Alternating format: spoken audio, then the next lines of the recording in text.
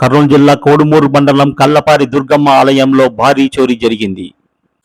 ఆలయంలో ఉన్న హుండీని దుండగులు ఎత్తుకెళ్లారు.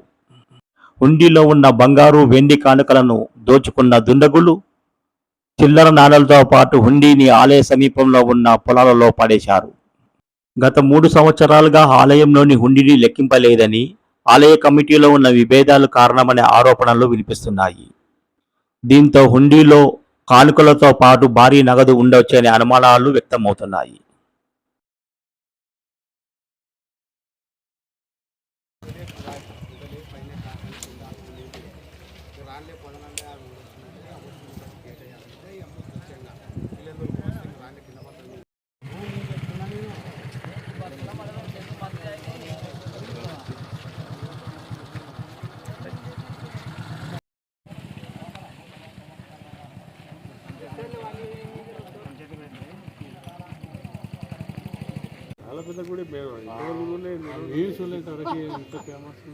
నువ్వు ఇన్ని రోజులు ఏదో నువ్వు చూడకపోయినావు.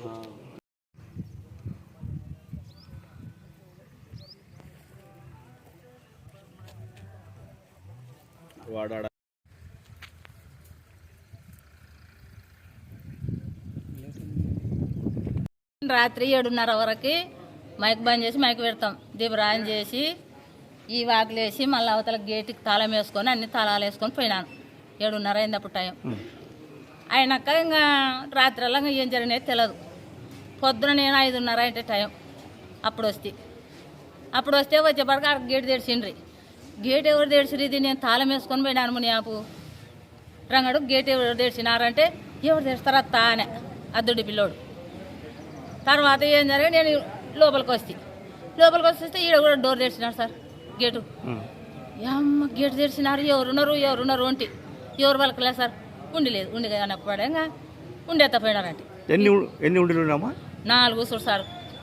4 అంటే ఒకటి గేటుకుంది వాకిలికి, 3 కింద ఉండేది, ఒకటే తపోయినారు. రంగడో ఉండే తపోయినారు నాయన. నిండినందుకే ఇంకోటి తెచ్చి పెట్టినారు.